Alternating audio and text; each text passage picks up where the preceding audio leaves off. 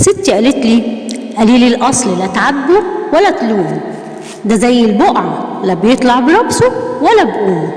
أنا قلت لستي تقصدي إيه يا ستي؟ وإيه معنى ربسه؟ وإيه معنى قومه؟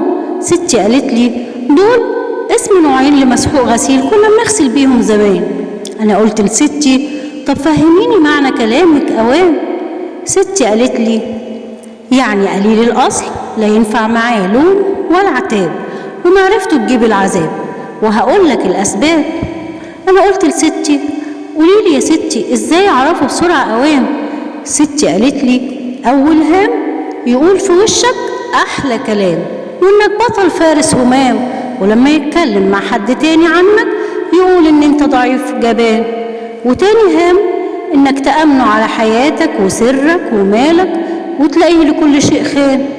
أنا قلت لستي طب يا ستي إيه تالت هام؟ ستي قالت لي تالت هام إنك تعمل معاه جمايل كتيرة وهو ينكرها كلها ويقول أبدا ملكش عليا أي جميلة ولا معروف لا هيكون ولا عمره كان. أما عن رابع وآخر هام هو إنه يمثل عليك إنه صاحبك وحبيبك ولا في غلاوتك عنده حد، لا امبارح ولا النهارده ولا حتى في قادم الأزمان.